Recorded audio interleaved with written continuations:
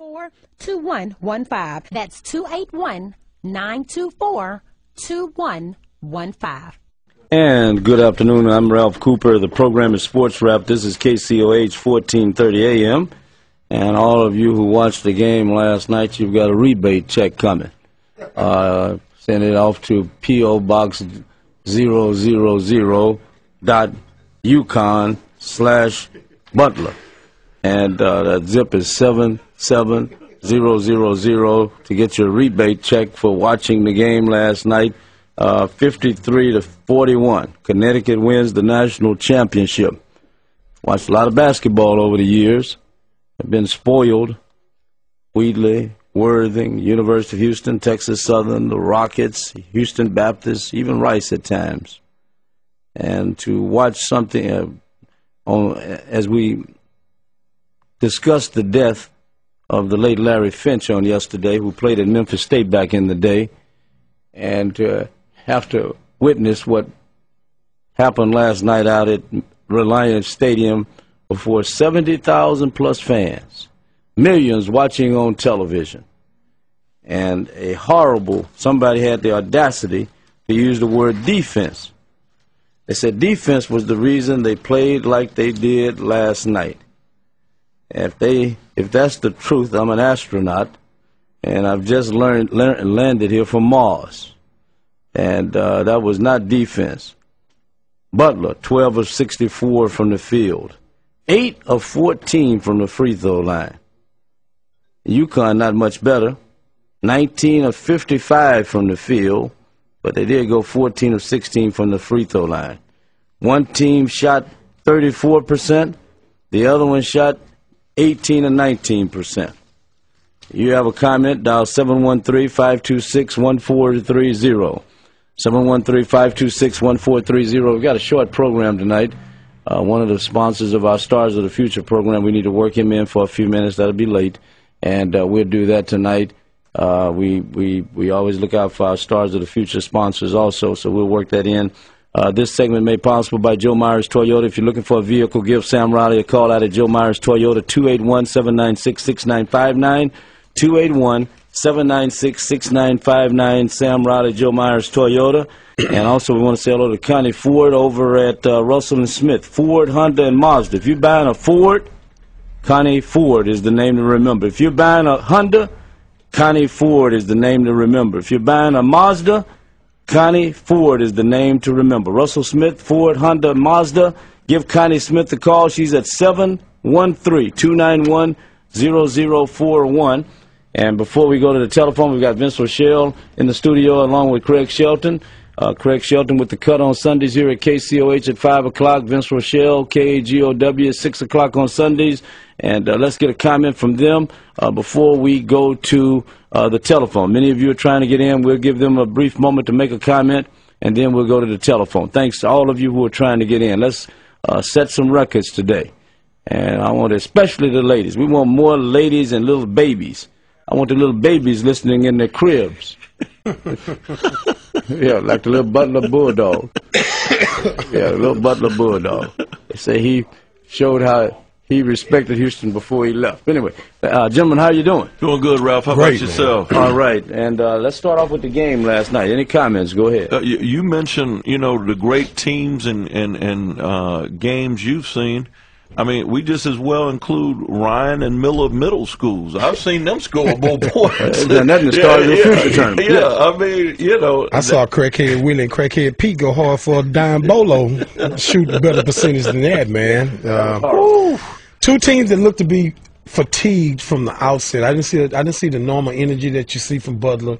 I thought initially I saw something. Vincent, tell me what you think about this. Initially, when I saw UConn in the offensive sets running high post screens, and I saw that Butler was not extending their defense out like they would normally do beyond out to the 3-point line. Then later on, I believe Clark Kellogg made the comment that, well, what Butler decided to do was just sag back in order to try to keep Kemba Walker from penetrating. Right. But at halftime, I believe Kemba Walker had I know there were 5 points scored in the post. Right. It doesn't sound like a lot of points, but in a game where you have 20 points at halftime, basically, that was significant. In other words, Butler's scheme wasn't working defensively.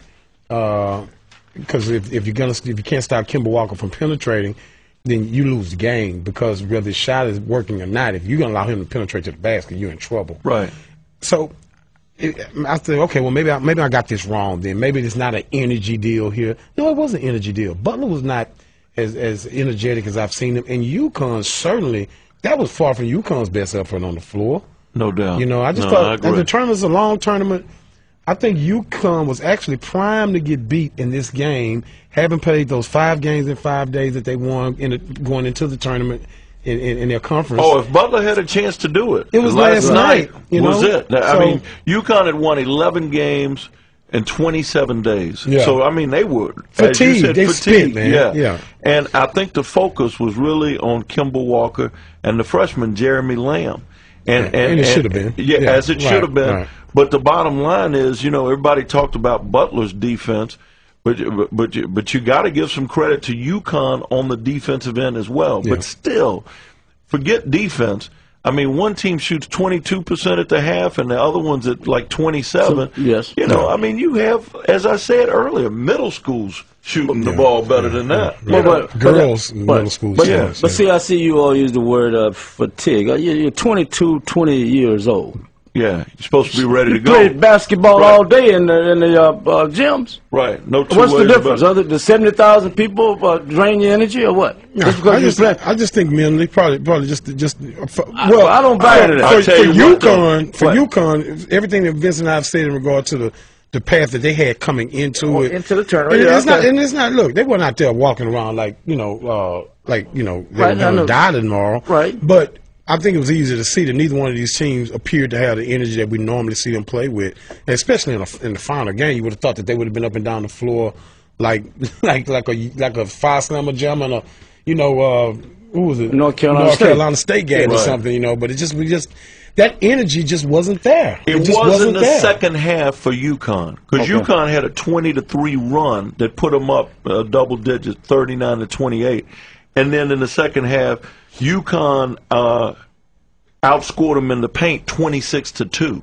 So that's what won the game for them. Right, okay. I mean, they really had a run in the second half, and Butler missed their first 23 out of 25 shots in the second half. But do you run out of juice at the age of 20, 22 no, years that's old? what I'm saying. I'm saying second half, I think UConn gained something. Right. You know? I just blame poor basketball. They just played horrible. It was both teams. Both teams played bad. Yeah. Not high turnovers and things like that, Both but just teams poor played execution as far as finishing plays on the offensive side. Running sets, getting wide open looks, mid-range looks, three-point looks, and just missing shots, not finishing the sets. And both of these teams, fatigue, defense, whatever you want to talk about, both of these teams were kind of boring going in. I talked about it on my show. A better national championship would have been Kentucky VCU. I mean, Kentucky VCU would have given you that run and gun style, up and down the court. I don't think anybody minds an ugly game. I mean, as far as in those terms, but this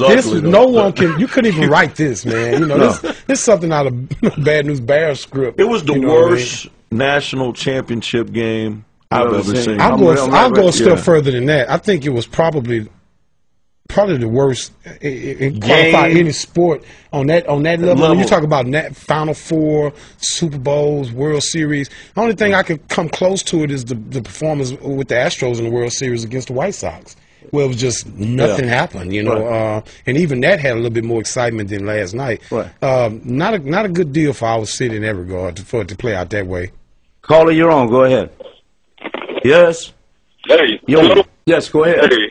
How y'all gentlemen doing, man? Doing good.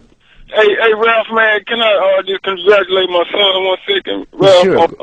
I'm winning the 8th grade Fort Bend district title in the 400 meters, Ralph. What is his name? The Monterey Bridges. And Ralph, I don't know if it was injury or grades, but he hadn't even been running track this season, Ralph.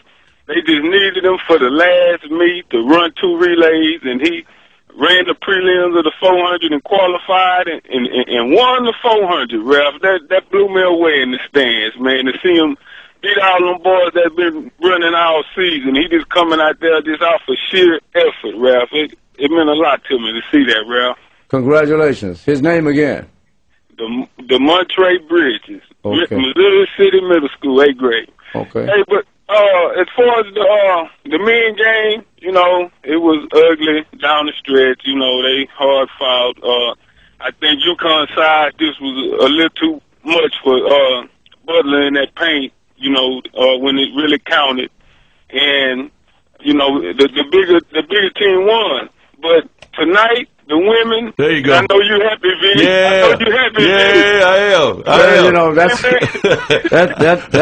that's what's happening at Notre Dame now. The women have got to carry the sports program. That's what's going on at Notre Dame now. Without the women, when was the last time Notre Dame was in a national championship? Football? Anything. Football, 88. Anything. Boxing? Football 88. Yeah, so but the women were the last team actually in 2001. That's what I thought. Yeah, okay, yeah, I read that somewhere. So, so you like Texas A&M or Notre Dame? Hey, man, you know what? I like both teams. You know, hey, Vince, you right. Skylar Diggins is the truth, man. She is. You know, sentimental. You know, I like the two Houston girls for A&M from Westside and LC, Sydney Colson and Ilanu, the forward. You know, so Danielle Adams is gonna be the key tonight. She can't be falling down looking for the refs to save her this game. They gonna have to earn it tonight. So I mean, it's up for grabs, man. I like to see them Houston girls get it. But Vince, your girl in her hometown, she won 3 state titles on that floor. Yeah. And they got the crowd, so it's gonna be a hard fought battle, man. I agree. Okay, thank you, Lorette. I agree. All right, Lorette.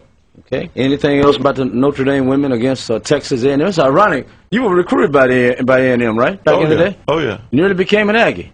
Yeah. I remember Daddy telling me that story. And now, years later, the Aggies going against Notre Dame, the Irish, in a big women's NCAA championship game. You know what? Gary Blair, the head coach at A&M, made a statement that I think is very true. I'll use me for the example. Ever since I remember, Ralph, last 20 years or so, you watch a women's game, national championship game, it's either Tennessee or UConn. Right. You know, so I mean, it got kind of boring to me. Those were the only 2 teams that were there. Now that they're new faces, A&M, Notre Dame, I mean, I can relate to the Texas school. I can relate to Notre Dame since I went there. It's piqued my interest. And now they have a new fan in women's basketball. 2 number seeds. Two number two seeds. Right. Yeah. And I bet you this. What's up? I bet you the women score more points tonight than the men score. I agree. Okay. I agree. Okay. Have you watched them yet? Yes. Skylar Diggins? Yes. What do you think of Skylar Diggins? I like the whole show. I like the This is whole a great show. matchup. Yeah, yeah. Great matchup. Can they stop the Aggie speed? I like Sydney Colson, too. That's it. But Can they Aggies stop- play great defense. I know, but can they stop the big guy? I don't know if the they big girl? have anybody as big as that girl, Danielle Adams. I'd play her at a nose guard. Right. I was listening to, I want to say 790, and they were carrying the game. And one of the things that really intrigued me about that whole thing with the women, they had women announcers. The women play-by-play. Oh, yeah. The women analysts. The whole thing, all women. All women. Yeah. I found that to be quite interesting. Yeah, I don't think that's a good idea. I thought it was. Why not? I don't. But I think for the same reason that it's not probably a good idea in the men's game to exclude women announcers from that. So you say like there should be women announcers like within the crowd of Barkley and Kenny. Well, I Kenny mean, Smith, I'm not saying insert a woman in that scenario because that's a real good, that's an award-winning team the way it is. But you do get, you know, I don't think there's anything wrong with women calling the men's game and vice versa. And I think the women's game needed more than the men's game because the women's game need more publicity. It needs to be built up more. And I just think if you Ralph, see how that Ralph caught that? I mean, that meant something to him. I'm not saying you didn't appreciate it, but that stayed with Ralph. Right, but I'm gonna tell you what I appreciate. I don't even know who the individual. I think only one I knew. Ann Meyer. They were all new, fresh faces. Fresh voices. And they did a great job. In fact, I would encourage anybody, male or female, who do play-by-play, they should listen to them. And I'm telling you something else. I think about that. They're good, but what do you think about that, Ralph? Male or female for male or female sports? It doesn't matter to me. Doesn't matter to you? But I think this just fell that particular way. Yeah. You know, because I've heard guys and women working together, but this is the first time I heard I didn't hear anything but women. I think because it's such a high-profile game, you're talking about the Final Four. Right. And here's something I thought about earlier, guys. Tell me what you think about this.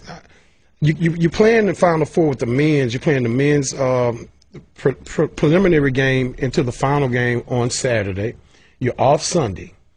And then you play the final game Monday night. Right. Okay, so now you got all these people in town for the entire weekend of the event. It seems like it would make sense to me, and it would help the women's game to get more pub in that regard, is have it all in one place. Have it all in one place. If you play the women Friday, the preliminary game, and then Saturday you play the women finals. Well, I disagree. Now you got a game each day and in the same building. I totally disagree. Why? I think you should be separate.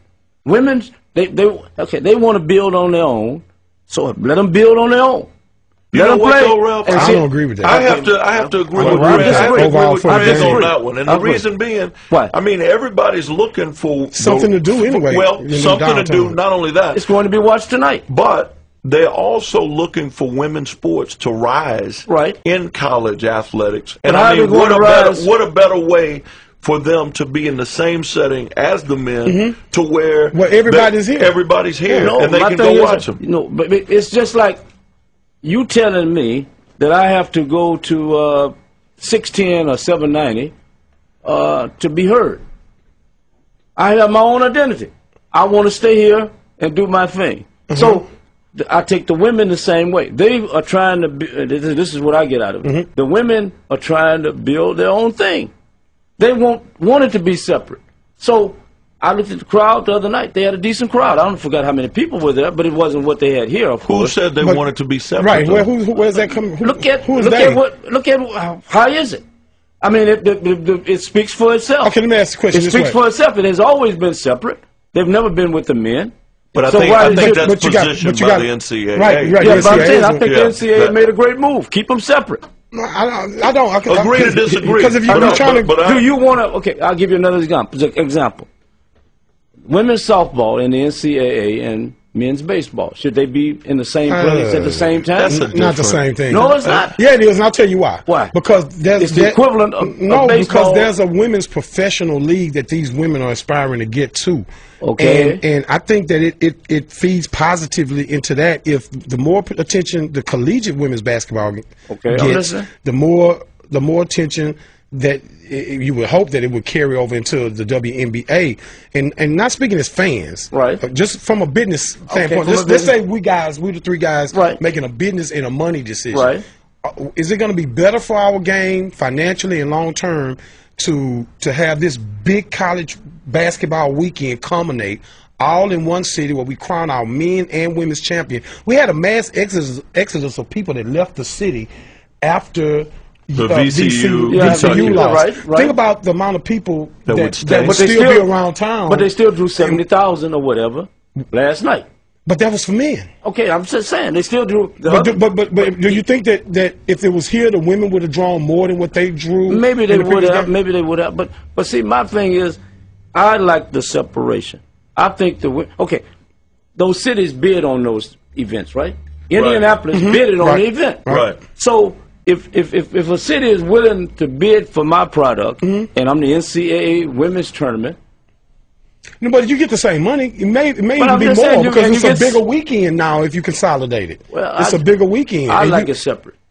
But remember, though, we thinking not as if you're thinking as a fan. I'm thinking as a businessman. I think at some point, if this happens again, what happened last night, the women may outdraw the may outdraw them. Well, that's after the fact. We got your money by now. But let's see what a caller thinks. Let's get a caller in. Caller, go ahead. Yeah, Vince, Craig. Hey, how you doing, sir? Now, who y'all favorite team for tonight? It's obvious. We're beating Notre Dame. I'm going Notre Dame all the way with Skylar Diggins. I'm going to go with A&M because of some hometown I'm going with Vince and the Green. Nothing against Skylar, but... Who are you picking? Huh? Who are you picking? I'm picking my home team, San Antonio. Which team is from San Antonio? I mean Texas A&M. Texas A&M. Okay. As opposed to San Antonio. Right. Okay. Thank you. Let's get one. Let's see if somebody agrees. Somebody has a comment on what we're talking about, the location of the various tournaments. Caller, you're on. For Sam. Hey, how you doing? Hey, Doc, how's it going, man? You're looking smooth, son. Well, thank you, sir. Yes, sir. Yes, sir. Well, he's my man, I see. I know that. Both of them. Yeah. Yeah, both of them. Well, and what's that? Both of them. Yeah, right. Thank you. See, they ain't scored 1946, son. The lowest score it was. Yeah. Some of us were not here then. They were playing like they was drunk. No, they were playing like what Jerome Solomon said in the Chronicle. They were playing when they had peach baskets. They played like when they had peach baskets. Well, what the NFL gonna do, Craig, tomorrow? Oh wow, probably not much. Not much. A big day. We won't hear much tomorrow, though. I mean, I don't think much will be resolved. It'll be in fact, Doc, I got a guest on the show on the cut this Sunday that's gonna update us on that. DrFootball.com will be calling the show to talk a little bit about that with us. So tune in Sunday. Maybe we'll have something for you. Will. You know I will. Yes, sir. I mean, Craig. Look here about Tiger Woods, son. You know the Masters coming up. You used to be a patrol caddy there, son. So what you give Tiger Woods there, Chase? I give Tiger as good a chance as anybody. Anytime he walk on the golf course, and obviously that's a golf course that he's comfortable with and he loves it. But you know, Tiger's not hitting good off the tee right now. Tiger's not putting consistently right now. And the thing that Tiger does as good as anybody I've talked about on this show before is that recovery shot, that second shot off the tee. He's maybe one of the best at all time at that. But right now, Tiger's just so much inconsistency in his game. You know, Tiger needs a good date to shake him up a little bit. I'll see what you. Wait a minute, let me get Vince. I think Tiger will be in the mix. I don't think he'll win it, but I think Tiger's going to be much improved this weekend. I think he's improving every week. Yes. And I think Tiger, when he comes into his own, which will probably be at the end of the year, and I say come into his own with him changing his swing as he has this year, I think once he gets that down, he'll be fine. Because on Sundays, if Tiger's in the mix, mentally he's still as strong as anybody. Well, yeah. I think Craig hit on something. I think Craig hit on something. If he hasn't taken that edge off. Yeah. If he hasn't taken that edge off, he needs to go relax somewhere. Tiger needs to relax. Yeah. And if I was managing him right now, chocolate noir, vanilla, strawberry, that's what he needs. Don't pick up a golf club until Thursday. That just goes to show you how mental that have a game good is. night, okay? Thank you, Doc. All right, Don't pick up a golf club until Thursday. Hey, let's get another there. Caller, you're on. Go ahead. Oh, hey, now, I agree that it ought to be separate. If you run into something like you ran the last night, Ralph, I could have took Ralph Cooper, Michael Harris, John Sam, Ward Allen, and Lisa Berry Dockery, and myself. I'll be the setup, but that's all we need to go through a game like that. And we could have went out there and beat them, man, twice the time that they put a soul in the flow. And I was at the game, bro. You were out there last night? Yeah, I was out there, man. I wanted to leave so bad, but the daughter was sitting there. No, don't go. I said, and she rooting for you, cuz I'm going for Butler. Man, I wanted to go. I said, why did I get my refund back? I'm like you. Yeah, you should have left. Thank you very much. Thank you. All right. And let's do this. And hello. Ralph Cooper, Chris Gardner, sir. How are you? All right. Chris Gardner's up in Indianapolis. Chris Gardner. Yeah, he's up in Indianapolis for the women's final 2 tonight. And thanks for calling, Chris. You can help us right off the bat. Okay. We had a question that came up here tonight. And I'm not going to tell you which way the three of us went. Craig Shelton is here and Vince Rochelle. Do you think the women's NCAA Final Four should be incorporated within the men's and they all play at the same site over a 3-4 day period? No. Okay. Why? Why? Game on. There's two different sets of fans. Go ahead. Is it really? Oh, without a doubt. Go ahead. We're listening. Go ahead. Fans of men's basketball and not fans of women's basketball. Really? Ralph seems to be a pretty good fan of both. I'm a fan. And I am too. We may be unique. I just became a fan recently. You know. Well, the four of us are unique. But so you don't. So you agree that the women should have their entity at a separate location, just like it is, and the men should have theirs in separate situations. Right, and there have even been discussions in the past couple of years that a few of the coaches would prefer that the women's tournament starts either a week before or ends a week after men's tournament so they can get more media exposure that way. So the women to get more exposure? Correct. Okay. You know what? I mean, in listening... Now, you hit on a key there because that's something I hadn't thought about. You're making my argument for me. Okay, because, see, I don't think they should be together.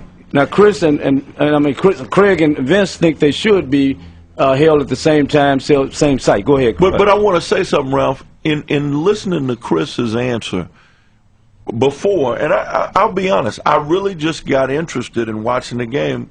ND having such a great year. Right. Skylar Diggins, the whole That's bit. the alma mater. Yeah. Right. But what I'm saying is, my mindset was different before this year, and I would agree with him. It's two different sports. It's two different sports. Right. Before I was where I was this year, where I'm now more interested. And that's why I make that comparison between women's NCAA softball and NCAA baseball for me. Right. Yeah. Right. Okay. Go ahead, Chris. We're listening. No, I just think, I mean, it is two different sports, and, I mean, the fan bases are different. Majority of the fans of women's basketball are older couples. I mean, the senior citizens are all over the place here in Indianapolis. And what kind of crowd did they draw the other night? I'm just, we're curious. What was the total? Disappointing crowd. The FECO Fieldhouse has a capacity of about 18,000. And there's about 15,000 folks were at Sunday's games. So it's about 4/5 field. Hey, Chris, let me ask you a quick question. Go ahead. Would you consider this if? And this is what I brought up. We played the men's preliminary game on Saturday, skipped Sunday, then the final on Monday night. If a scenario was put in place where the women played Friday and then Saturday, and then the men, Friday and Saturday. I'm sorry. Yeah, Friday and Saturday. No, Friday and Sunday. Friday and Sunday. And the men continue to play Saturday and Monday. Do you think that 15,000 would increase by if it was all in the same city with people having that day in between the men's game? You don't think that a considerable amount of the people that are in town would be likely, and they're staying in the stadium district where everything is, be likely to go to the game, and the women pick up more support in that manner? And you got all of the international media in town. You don't think that would do the same thing that you were talking about, increase the amount of press that the women's game is getting? On a small scale, but I don't think it'd be enough as you would believe, or even would prefer to believe. It's just they're fighting an uphill battle. You know that it's a long issue that and Sunday's example is really a problem to me because Connecticut, a dynasty with the best player in the country, has huge fan support. And Notre Dame, an Indiana school, and yet only 15,000 people came to the game. And that's not, I'm not talking about tickets, that's tickets being sold. I'm talking about, how Tennessee fans would have bought tickets and they didn't show up because the team wasn't here. But let's go back to what he said. If it was in Houston, that's not dancing and it was on a Friday and a Sunday. If it was in Houston on a Friday and Sunday, do you think they would have drawn more people? Nope. Well, so you're arguing that exclusivity is going to the women being more exclusive is going to give them more following, and that's not working because it's separate. I'm not arguing that. I'm not arguing that. Craig, how many people come to TSU, U of H, Rice, HBU games? You tell me. I don't know. Are we talking women's basketball? Very few. Very few. Very few. You add it all up for the season, it may not add up to one Aggies home game. Right. Yeah. But let's go back. I hear you, bro. That doesn't have anything to do with the argument that I'm making. But see, I understand both sides. Yeah. But my thing is more the identity. I would want, if I'm the women, I would want my own identity. And I understand what I understand what both of you are saying, but I want to go back to his point where he said UConn had so many fans and Notre Dame had very few. And I think the same is probably with A&M. The bottom line, and I was saying this earlier, Chris, UConn and Tennessee have been the only two teams that have been there consistently over the last 15 to 20 years. What I'm happy about is finally seeing some new blood in the championship game and good for the game, because there's not enough diversity in teams that make it in women's sports and women's basketball. If that game was being, let's just imagine for a moment, Chris, I want your honest answer, and I know you'll do that. if Texas A&M was playing Notre Dame tonight here in Houston in Reliance Stadium, would they have more people than they're going to have in Indianapolis tonight? Yes, because it's the Aggies. Yeah. Okay, okay. So now it works that way, but you can't have your. But that's because it's the Aggies. Yeah. There are Aggies who are on the plane with me coming up here today. I mean, Aggies support their own. Yeah. I agree with that. I mean, that's obvious. That's stating obvious. I just think if in a scenario where the women are involved in a massive combination of college basketball, I know you're talking about the exposure. Yeah. I just don't. The very argument you're making, I think, actually feeds into the argument that we're making. Well, see, let's take it another way then. If you had a women's golf tournament, and let's just say you found a way to play a big women's golf tournament at the same time you played a men's tournament, or in the same area, is that good for the women's game or what? Are they going to attract? And I know they're not going to be able to attract the men because they're going to go watch the men. See, this is a unique situation because you have solo, individual days. You know, you got an off day in between. That's what made me really think about it. Oh, I know it did. It's the fact that we got. I'm sitting here Saturday, and then I'm like, wow, I'm all fired up about the finals, but I got to wait a day. I got this empty day in between, and then I look, and lo and behold, I see the women are playing, and I'm like, I wonder why they don't do this all. But why don't Chris? Why don't they do it? Why don't they do it? Where would the women be playing the games?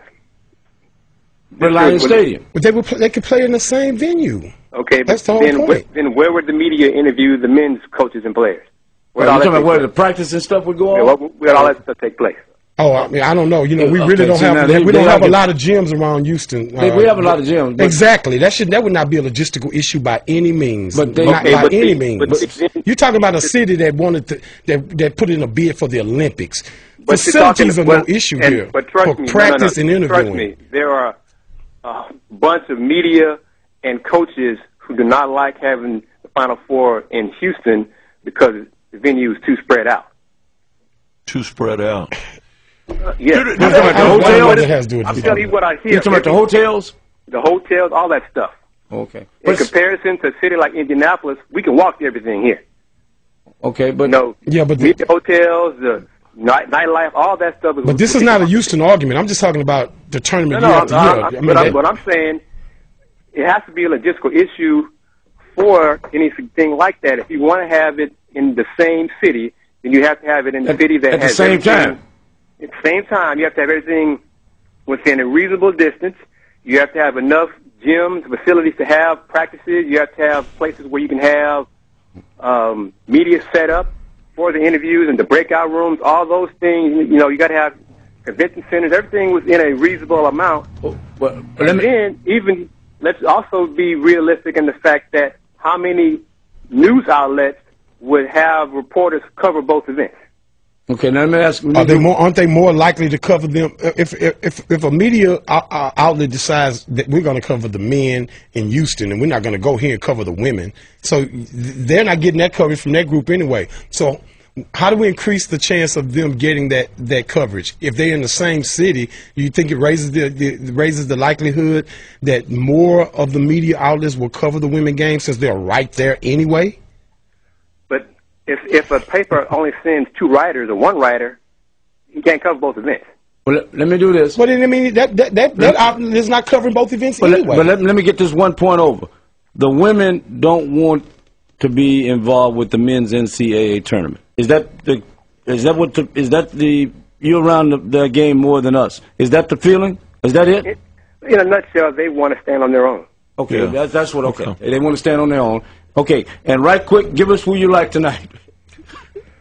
I'm gonna pick the Aggies. I'm gonna go with their pressure defense. You're not with this? The only key will be if Sydney Colson from Westside High School, if she gets in foul trouble, things will change. But if she can stay on the floor, then she and Sydney Carter can pressure Skylar Diggins enough and cause and disrupt Notre Dame's offense. I'm going with the Aggies. Okay, hey, we enjoyed the conversation. Bring my newspapers back. And yes, sir. Bring Vince. If Notre Dame wins, I'll come. Bring Vince. What do you wear? Double X, Vince? Say that again, bro. What size shirt you wear? Double X. If Notre Dame happens to win, bring him a Double X Notre Dame Championship T-shirt back. We'll get it to you. All right. Thank you, Chris. Will you wear it, Vince? Oh, most definitely. Yeah, I know you will. Thanks, Chris. See you, Chris. My pleasure, guys. Thank you. Let's get another one in here. Caller, you're on. Go ahead. Yeah, Ralph, listening to the conversation. Yes. I got to agree with Craig. And the only reason I can say I thought the same thing Craig thought about why they didn't play at the same time. And the reason I think it works is because you can charge more for the tickets because you already bundle it together. And then you're probably going to get better attendance, too. Because I bundled the tickets, and you have to buy a ticket to go to the men, and it also includes a ticket with the women. People, once they spend the money, they'll attend. That'll draw a bigger crowd. You're going to sell more items at the events, more paraphernalia. So it could be quite a big benefit. I agree because you got all these thousands of people in town that don't know a lot about the city, and I heard somebody make a joke the other night that they saw people in areas of town walking around and stuff. They knew that they couldn't have been from here because they were white folks walking around in areas of town. You wouldn't see nobody from Houston black walking around in them parts of town. I've got to cut it short tonight. I've got a special guest I need to bring in here. It's one of my sponsors. And if you're having health issues, stay tuned. All right. Okay. Hey, Ralph, go Atkins. Yeah, go. Okay, thank you. Thank you. Give me a closing comment right quick, fellas. Hey, I hope tonight's game is a lot more exciting than last night's game. That's all I'm going to say. I don't care who's playing. And go Irish. Yeah, I'm Notre Dame all the way. Hey, guys, give us a look at Houston Media Watch at yahoo.com. Houston Media Watch, www.houstonmediawatch.com. You can email me at houstonmediawatch at yahoo.com.